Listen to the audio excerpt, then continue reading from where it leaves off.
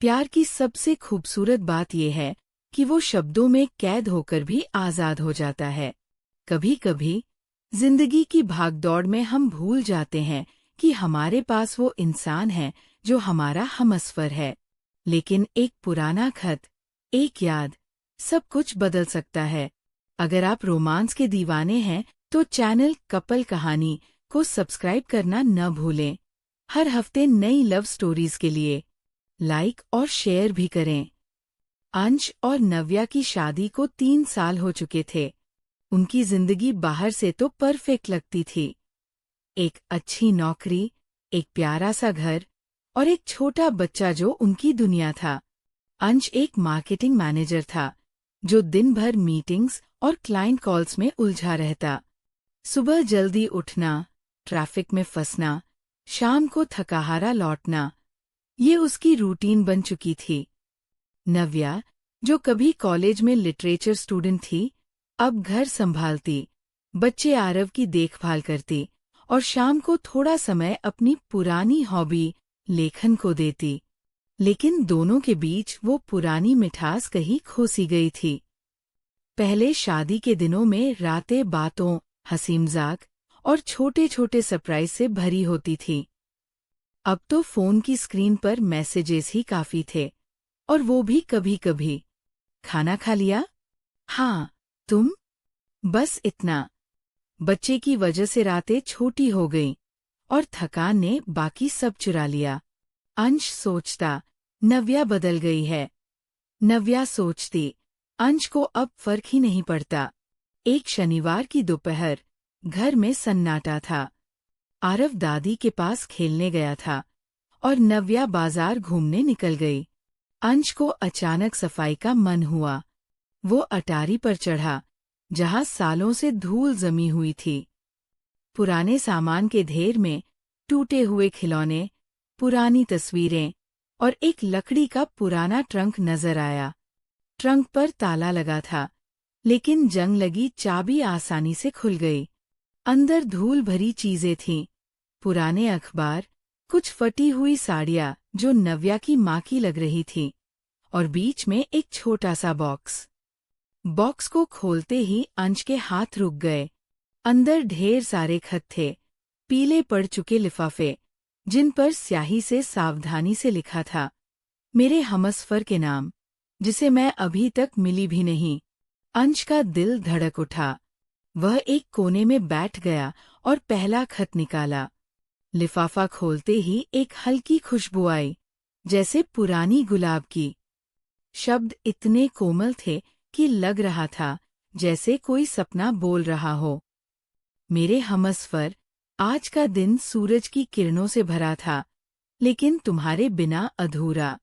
मैं कल्पना करती हूँ कि तुम्हारी गोद में सिर रखूंगी और तुम मेरे सपनों को सुनोगे।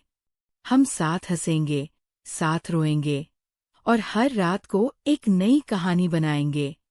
क्या तुम मेरी वो कहानी होगे जो कभी खत्म न हो? अंश ने अगला खत खोला। हमसफर, शादी के फेरे सिर्फ रस्म नहीं, वादे होंगे। तुम मेरी हंसी के रखवाले बनना और मैं तुम्हारी ताकत। सुबह की पहली चाय साथ पिएंगे, शाम की आखिरी सैर साथ करेंगे। तीसरा खत, कभी कभी रातें लंबी लगती है, तुम आओगे न मेरी बाहों में और बताओगे कि जिंदगी का सबसे बड़ा राज क्या है। हर खत में प्यार की गहराई थी, सपने, उम्मीदें, वो छोटी छोटी बातें जो एक अनदेखे साथी के लिए लिखी गई थी। कुछ खतों में स्केच भी थे, एक जोड़े का हाथ थामे सैर करते हुए। अंश को लगा जैसे ये शब्द नव्या के ही हैं। शादी से पहले नव्या को किताबें पढ़ना और डायरी लिखना बहुत पसंद था। वह अक्सर कहती, लिखना तो दिल की आवाज है, लेकिन ये खत, ये तो जैसे उसके लिए ही लिखे गए हों। क्या नव्या ने इन्हें कभी उसके लिए सोचा था? उसकी आंखें नम हो गईं। 3 सालों की सारी उदासी, सारी दूरी एक पल में याद आ गई। वह ट्रंक बंद करके नीचे उतरा, और शाम को जब नव्या बाजार से लौटी, हाथ में सब्जियां और बच्चे के लिए खिलौना, तो अंश ने उसे रोका। नव्या, बैठो, कुछ दिखाना है।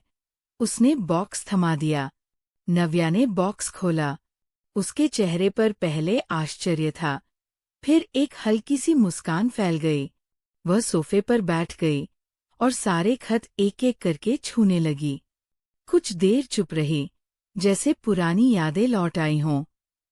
आंखों में चमक थी, लेकिन गला रूंधा सा। फिर बोली, ये खत मैंने शादी से पहले लिखे थे। जब मुझे पता चला कि शादी अरेंज्ड होगी तो डर लगता था। कौन सा लड़का होगा? क्या वो मुझे समझेगा? तो मैंने सोचा कि जो भी मेरा पति बनेगा, उसे मेरा असली दिल दिखाना चाहूंगी। इनमें मेरी सारी उम्मीदें हैं।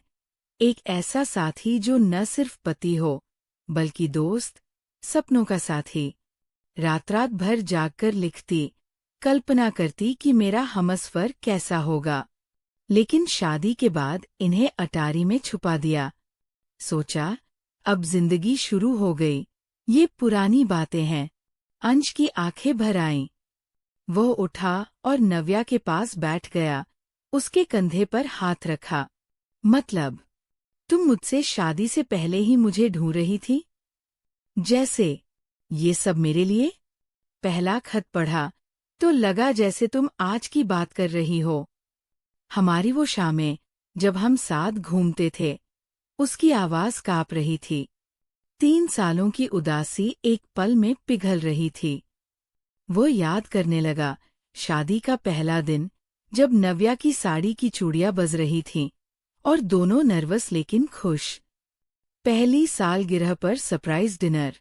लेकिन धीरे धीरे सब बदल गया। नव्या ने उसका हाथ पकड़ा।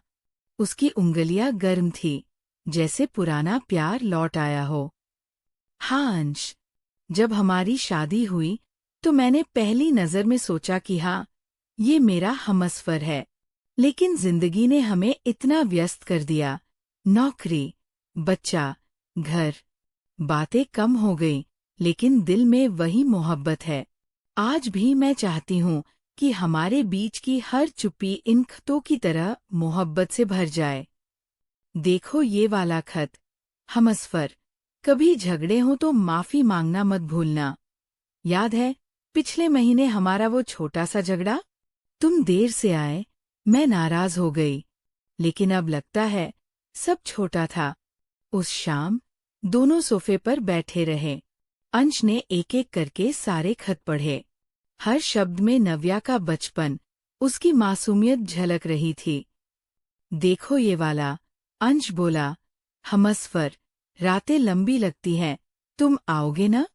याद है, शादी के पहले साल हम रात भर जागते थे, कॉफी पीते, फिल्में देखते। नव्या हंस पड़ी। हाँ, लेकिन अब आरव की वजह से नींद ही नहीं आती। लेकिन ये खत हमें याद दिला देते हैं कि हम कौन थे, कौन है अभी भी। चलो, आज रात पुरानी यादें ताज़ा करें। उन्होंने पुरानी एल्बम निकाली, शादी की फोटोज, हनीमून की तस्वीरें। बातें लंबी होती गईं। अंश ने कहा, नव्या, हमने एक दूसरे को भुला दिया, काम ने हमें खींच लिया। लेकिन ये खत, ये तो जादू है। मुझे लग रहा है जैसे तुमने मुझे शादी से पहले ही अपना लिया था। नव्या ने सिर हिलाया। हाँ, और अब मैं चाहती हूँ कि हम फिर से वो बने। धीरे धीरे बातें बढ़ी। उन्होंने पुरानी यादें ताज़ा की। पहली डेट, वो बारिश वाली शाम जब वे साथ भागे थे। शादी का दिन, जब नव्या की साड़ी की चूड़ियां बज रही थी। अंश ने नव्या को गले लगाया। सॉरी कि मैंने ध्यान नहीं दिया, लेकिन अब से रोज थोड़ा समय सिर्फ हमारा। नव्या ने जवाब दिया, हाँ, चलो कुछ नया शुरू करते हैं। उस रात बच्चा सो चुका था। दोनों टेबल पर बैठे। अंश ने एक कागज लिया और लिखना शुरू किया। मेरी नव्या, 3 सालों का सफर सुंदर था, लेकिन अब नया अध्याय। मैं वादा करता हूँ, रोज थोड़ा समय तुम्हारे लिए निकालूंगा। तुम्हारी हंसी फिर से मेरी दवा बनेगी। सुबह चाय साथ पिएंगे, शाम को सैर करेंगे। नव्या ने पढ़ा और आंखें नम कर ली। फिर उसने अपना खत लिखा। अंश, तुम हमेशा मेरे हमसफर रहोगे। ये शब्द हमारी मोहब्बत को ताज़ा रखेंगे। हर महीने ये खत हमारी चुप्पी को तोड़ेंगे। उस दिन उन्होंने तय किया कि अब से हर महीने एक दूसरे को खत लिखेंगे, चाहे वे साथ ही क्यों न रहते हों। पहले महीने अंश का खत आया। नव्या, आज आरव ने तुम्हारी तरह ड्राइंग बनाई। तुम्हारी क्रिएटिविटी में ही तो हमारा घर रंगीन है। नव्या का जवाब, अंश, तुम्हारी थकान देखकर दिल दुखता है, लेकिन तुम्हारी मुस्कान ही मेरा राज है। धीरे धीरे ये खत उनकी जिंदगी का हिस्सा बन गए।